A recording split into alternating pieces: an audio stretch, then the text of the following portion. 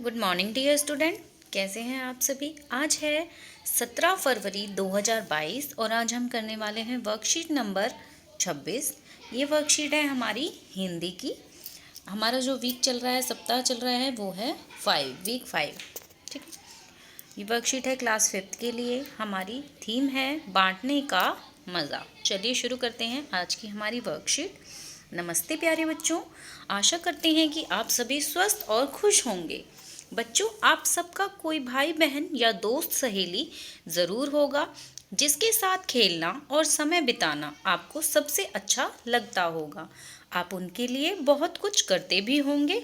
आइए आज हम दो सहेलियों की पक्की दोस्ती की कहानी पढ़ते हैं। रुनझुन और मुनमुन पक्की सहेलियां थीं। एक दूसरे के साथ ही उनका पूरा दिन बीतता था। अगर कभी कभी किसी बात पर झगड़ा हो जाता तो वे दोनों अपनी गलती की माफ़ी मांगने में देर नहीं लगाती थी। एक दिन दोनों स्कूल जा रही थी। घर से थोड़ी दूर पहुंचकर ही रुनझुन रुक गई।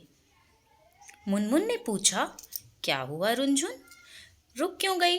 रुनझुन ने कहा, मेरी पेंसिल घर पर ही रह गई, अब मैं किससे लिखूंगी? मुनमुन ने कुछ देर सोचा। उसने पीठ से अपना बैग उतारा। बैग से उसने अपनी पेंसिल निकाली और पेंसिल के उसने 2 टुकड़े कर दिए। एक टुकड़ा रुनझुन को दिया और बोली, यह लो, अब तुम्हें घर वापस नहीं जाना पड़ेगा। ये हमारी कहानी थी बच्चों, रुनझुन और मुनमुन, दो पक्की सहेलियों की, जिसने रुनझुन ने अपनी बेस्ट फ्रेंड मुनमुन के लिए अपनी पेंसिल को तोड़ दिया कि अब हम दोनों इन दोनों टुकड़ों से लिख सकेंगे। दोनों ने एक एक टुकड़ा ले लिया पेंसिल का। आगे है, अगर मुनमुन के पास भी पेंसिल नहीं होती तो वे दोनों क्या करती? इस समस्या का कुछ रोचक समाधान बताइए। अगर दोनों के पास पेंसिल नहीं होती तो क्या करते? तो वो दोनों, हो सकता है कि या तो बाजार इनके पास पैसे होते तो वो दुकान से जाकर नई पेंसिल खरीदने चली जाती। दोनों स्कूल से पहले वो नई पेंसिल खरीद कर लाती, ऐसा भी हो सकता है। या फिर ऐसा हो सकता है कि स्कूल पहुंचकर वो मैम से कहती कि मैम, आज हम दोनों के पास ही पेंसिल नहीं है, इसलिए हम नहीं लिख सकते, हम लिखने का काम नहीं कर सकते। तो मैम क्या करती? शायद मैम के पास पेंसिल होती और वो उनको दे देती, है ना। तो इस तरीके से आप दोनों ही आंसर्स में से कुछ भी आंसर अपने तरीके से लिख सकते हैं। और अगर आपको इससे अच्छा कोई और आंसर लगता है तो आप वो भी यहाँ पर लिख सकते हैं।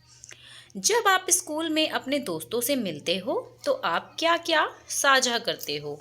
अपने अनुभव अपने शिक्षक शिक्षिका को बताइए। तो बच्चों, यहाँ पर दिया गया है कि साझा करने का मतलब होता है कि आप शेयर क्या क्या करते हो, है ना। अब तो कोविड टाइम चल रहा है तो मना किया जाता है कि कुछ भी चीज़ें आपस में शेयर नहीं करनी, लेकिन जब ऐसा कुछ नहीं था, ये बीमारी नहीं आई थी, तो आप 2 साल पहले याद करो कि आप जब स्कूल में आते थे क्लास में तो अपने फ्रेंड्स के साथ क्या क्या शेयर करते थे। यहाँ पर आपको लिखना है, ठीक है।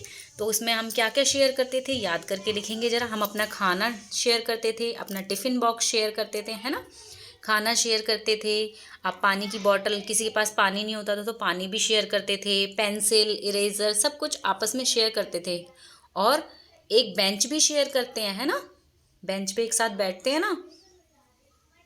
पेंसिल, इरेज़र, रबड़, आप कुछ भी यहाँ पर लिख सकते हैं। बेंच भी लिख सकते हैं, है ना। और किताबें, किसी बच्चे के पास किताब नहीं होती तो आप किताब भी शेयर करते हो, एक साथ मिलके पढ़ते हो।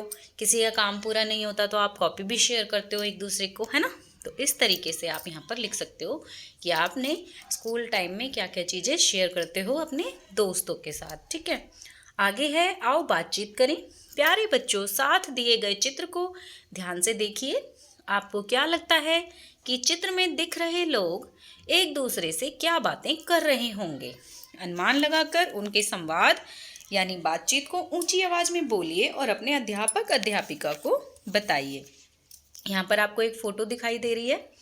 इसमें आप देख रहे हैं कि एक लड़की जो है वो स्कूटर चला रही है। तो हमें इनकी बातचीत को ही सोचकर लिखना है। तो यहाँ पर आप अपने हिसाब से भी सोचकर लिख सकते हैं, या मैं आपको एक अनुमान बताती हूँ अपने हिसाब से कि ये क्या कह रहा है। मान लो इस लड़के का नाम है मोहन और लड़की का नाम है रानी, ठीक है। तो मोहन कहता है रानी जरा धीरे चलाओ, मुझे डर लग रहा है। ठीक है, यहाँ पर मोहन कहता है रानी से जरा धीरे चलाओ, जरा धीरे चलाओ, मुझे डर लग रहा है। फिर रानी कहती है डर लग रहा है। ठीक है, ये मोहन का लिख लेंगे हम, जरा धीरे चलाओ, मुझे डर लग रहा है। फिर रानी कहती है अरे डरो मत, अरे डरो मत, मुझे स्कूटर अच्छे से चलाना आता है, मुझे स्कूटर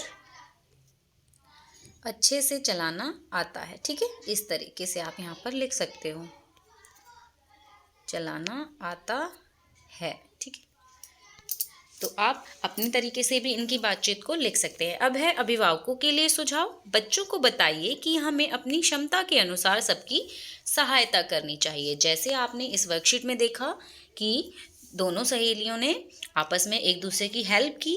अगर उसके पास कुछ चीज़ नहीं थी तो उसने अपनी चीज़ अपनी फ्रेंड के लिए ऑफ़र कर दी, उसको शेयर करी, है ना। तो इसी तरीके से आपको बच्चों में ये गुण विकसित करना है कि हमें सबकी सहायता के लिए हमेशा तैयार रहना चाहिए। हमसे जितनी भी सहायता हो सकती है सभी की हेल्प करनी चाहिए, है ना।